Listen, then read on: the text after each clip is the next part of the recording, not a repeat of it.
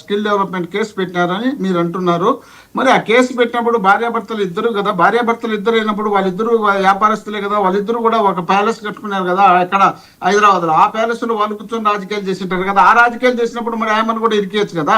ఆయన పేరు కానీ కనీసం ప్రస్తావన కూడా రానప్పుడు జగన్మోహన్ రెడ్డి గారి భార్య ఇంట్లో ఉంటుంది. ఆయన రాజకీయాల గురించి ఎప్పుడూ మాట్లాడదు. ఎలక్షన్ టైంలో పులివెందులకు మాత్రమే పరిమితం తప్ప బయట ప్రాంతాలకు పోయి ఆయన ఏ కార్యక్రమంలో పాల్గొన్నటువంటి వ్యక్తిని తీసుకొచ్చి మేము పెడతాం, ఎస్ మేము తేల్చుకుంటాం, మేము చేస్తాం, చేయండి. ఎవడుతున్నాడు?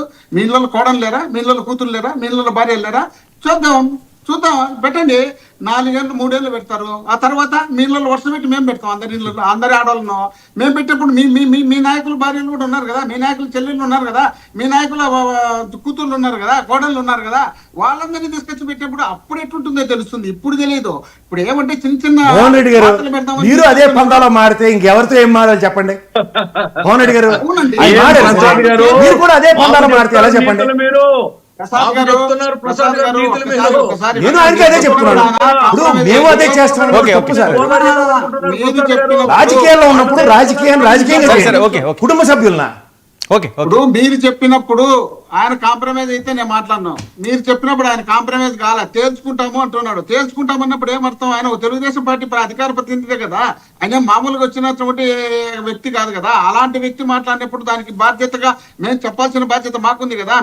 మీ భువనేశ్వరమ్మ మీకెంత ముఖ్యమో మా బాధ్యత కూడా మా గుండెల్లో మేము పెట్టుకుంటాం. మా బాధ్యతను దేవతలుగా ఆరాధిస్తాం. మా బాధ్యతను మీ ఇష్టం వచ్చినట్టు మీరు మాట్లాడినప్పుడు, మీరు చేసేటప్పుడు మీరైతే మీకు మాత్రమే ఆడవాళ్ళు తిన్న కనపడతారు, మా వాళ్ళు మాత్రం ఆడవాళ్ళు తిన్నే కనపడరు. మరి అది ఎందుకు కనపడరో ఏమో, మరి మీకు ఏం కళ్ళకు కట్టింటారో అది ఎందుకు ఆ విధంగా వస్తుందో మాకు తెలియదు. కానీ మీ వాళ్ళని మాట్లాడినప్పుడే ఏదైనా కేసులు పెట్టినా, లేక వల్గర్గా మాట్లాడినా, లేక సోషల్ మీడియాలో ఏదన్నా పెట్టినా అది మీ వాళ్ళకి మాత్రమే సీరియస్గా వస్తుంది. మా వాళ్ళు మాట్లాడినప్పుడు ఎవరు రాదు. మీ వాళ్ళు మాట్లాడి కుటుంబాల్లో రోడ్ల మీదకి వచ్చి దండాలు వేస్తారు, రాస్తారు, ఒకరు చేస్తారు, ఇంకోటి చేస్తారు. అది మీ వాళ్ళల్లో మీకు ఏదైనా కొంచెం వ్యతిరేకం ఉన్నటువంటి వ్యక్తులను మీ నీచంగా, చీప్గా, దరిద్రంగా మాట్లాడినా కూడా దాంట్లో గురించి కనీసం మాట్లాడరు. లోపలికి పిలిచి వాళ్ళకి సన్మానం చేసి వాళ్ళకి సెల్యూట్ చేసి పంపించారు. ఎందుకంటే మీలాంటి వాళ్ళు మాకు కావాలా, ఇలాంటి వాళ్ళు ఉంటేనే మాకు శత్రువులు తగ్గిపోతారు. ఆ తగ్గిపోవడానికి మీలాంటి వాళ్ళు మా శత్రువుల భార్యలు కానీ వాళ్ళ కుటుంబ సభ్యులు కానీ తిట్టండి అని చెప్పి ఎంకరేజ్ చేస్తారు. మీరు బయటకేమో నీట్ గా కనపడతారు. కాబట్టి మీరు మీ ఇష్టం వచ్చినట్టు చేసుకొని మీరు పరిపాలన చేసే విధానంలో ఫెయిల్ అయినారు. కాబట్టి మీరు అనుకున్నట్టు మీకు కూటమి ఇంకోటి ఆ కూటమి అంతా మొత్తం సపోర్ట్ చేస్తుంది. మాకు రిజైన్ చేస్తే మేము మొత్తం వచ్చి ప్రచారం చేసి గెలుస్తారంటున్నారు. కూటమే ఇప్పుడు జరుగుతుంది. ఏబీవీపీ వాళ్ళు నేను మెడికల్ కాలేజీలకు వచ్చి దండాలో పాల్గొన్నారు. రాష్ట్రం మొత్తం అట్టుడికి పోయే రాష్ట్రాన్ని మీరు దాన్ని కాపాడనయ్యా బాబు అంటే జగన్మోహన్ రెడ్డి గారి మీదకి దాడులు చేస్తామంటారు. ఆ యూరియా లేక రోడ్ల పైన రైతులు వచ్చి నోరు కొట్టుకుంటున్నారు. అయ్యా మాకు యూరియా ఇవ్వండి, మేము ఇంత ఇబ్బంది పడుతున్నాం. 5 సంవత్సరాలు జగన్మోహన్ రెడ్డి గారు ముఖ్యమంత్రిగా ఉన్నప్పుడు ఏ ఒక్క రోజు కూడా ఆ యూరియా పంచాయతీ రాలేదు. ఈ రోజు యూరియాను మీరు క్రియేట్ చేసిన దాన్ని ఆ విధంగా క్రియేట్ చేసి మాకు ఇబ్బందులు పెడుతున్నారు. ఈ ఇబ్బంది నుండి కాపాడండి ఆ బాబు అని మొత్తుకుంటే దానిపైన ఏదైనా ఒక సమీక్ష పెట్టి మీటింగ్లు పెట్టి చేయాల్సిన బాధ్యత మీ పైన ఉండేది. దాన్ని వదిలిపెట్టేసి మొన్న కలెక్టర్ల మీటింగ్ అంటారు. కలెక్టర్ల మీటింగ్ లో మీరు నిష్పక్షపాతంగా ఉన్నట్టు మీరు నిజాయితీగా చేయండి, మీరు మంచిగా చేయండి. మీరు పులివెందుల లాంటి ఎన్నిక జరిగితే దగ్గర నుండి ఓటింగ్ చేయించండి. మీరు దగ్గర నుండి వేరే వాళ్ళ దొంగోటలను పెట్టుకొని దాన్ని కూడా మీరు ఫోటో పెట్టి బ్రహ్మాండంగా ఎన్నిక జరిపినామని చూపించుకోండి అని దీన్ని పెట్టుకుంటారు. ఈ విధంగా మీరు నడుచుకుంటున్నారు కాబట్టి మిమ్మల్ని జనం దూరం పెడుతున్నారు. కాబట్టి మిమ్మల్ని ఇంకా రాబోయే రోజుల్లో ఇంకా మరింత దూరం పెట్టాలని ఆలోచన. మోహన్ రెడ్డి అసలు భారతీ గారు పేరు రావడానికి కారణం ఏంటి? అనిల్ రెడ్డి కూడా లింక్స్ ఉన్నాయని ఏవో డొల్ల కంపెనీలు పెట్టారని ఈరోజు చూసారా మీరు? ఇప్పుడు అనిల్ రెడ్డి జగన్మోహన్ రెడ్డి వాళ్ళ పెదనాయన కొడుకు, జార్జి రెడ్డి కొడుకు. ఆయన మెడ్రాస్ లో ఉంటాడు. మెడ్రాస్ రాజకీయాలు కాదు, అక్కడ వ్యాపారాలు చేసుకుంటాడు. ఆయన ఇక్కడ రాను కూడా రాడు. అలాంటి 2020 దగ్గర నుంచే ఆయన కొన్ని కంపెనీలు పెట్టాడని చెప్పి పక్క ఆధారాలతోటి వాళ్ళ దగ్గర సాక్ష్యాలు ఉన్నాయని. 2020 నుంచి అంటే 2019లో జగన్మోహన్ రెడ్డి గారు అధికారంలోకి వచ్చిన తర్వాత. ఓకే అర్థమైంది. ఇప్పుడు ఆయన చెన్నైలో ఉన్నాడు. చెన్నైలో ఉన్నటువంటి వ్యక్తి అక్కడ వ్యాపారాలు చేసుకోకుండా చక్కభజన చేసుకోడు కదా. ఒక రాజశేఖర రెడ్డి లిక్కర్ దానికి సంబంధించండి డొల్ల కంపెనీలు ఆయన ఆధ్వర్యంలో లిక్కర్ దానికి సంబంధించి ఆయన చెన్నైలో ఉన్నాయండి, ముంబైలో ఉన్నాయండి.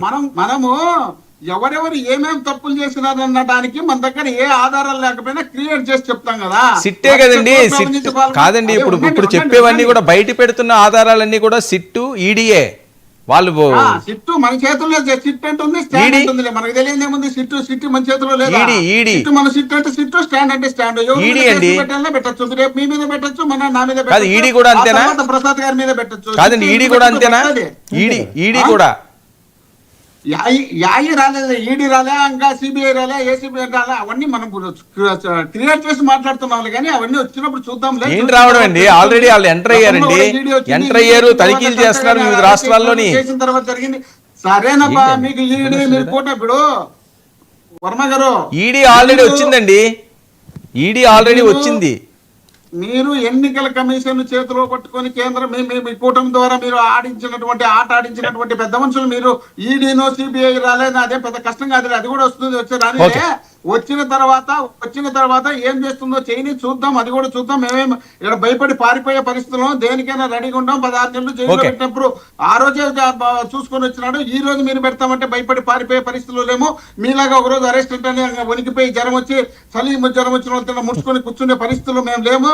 సరే, మీరు అరెస్ట్ చేస్తారంటారా, కేసులు కడతామంటారా, మీ ఇష్టం వచ్చింది చేయాలనుకున్నారా, ఏమేం చేయాలనుకుంటే చేయండి, చేస్తే తర్వాత తెలుస్తుంది కదా అది వాస్తవం ఎంత అవాస్తవం ఎంత, మీరు చేసిన తప్పేంది, మీరు ఆ తప్పుకు మీరు ఎంత పనిష్మెంట్ అనిపిస్తారు, అవన్నీ కూడా తెలుస్తాయి కదా. కాబట్టి వాటన్నింటినీ దృష్టిలో పెట్టుకొని నడుచుకోవాల్సిన బాధ్యత మీ పైన ఉంది. దాన్ని వదిలిపెట్టేసి కేవలం జగన్మోహన్ రెడ్డి గారిని టార్గెట్ పెట్టి మాట్లాడితే మనకు పోయినటువంటి ఇమేజ్ పెరుగుతుందనే ఉద్దేశంలో మీరు మాట్లాడుతున్నారు. 1,30,00,000 ఓట్లు వచ్చినాయి జగన్మోహన్ రెడ్డి గారికి, 11 సీట్లు వచ్చినాయి.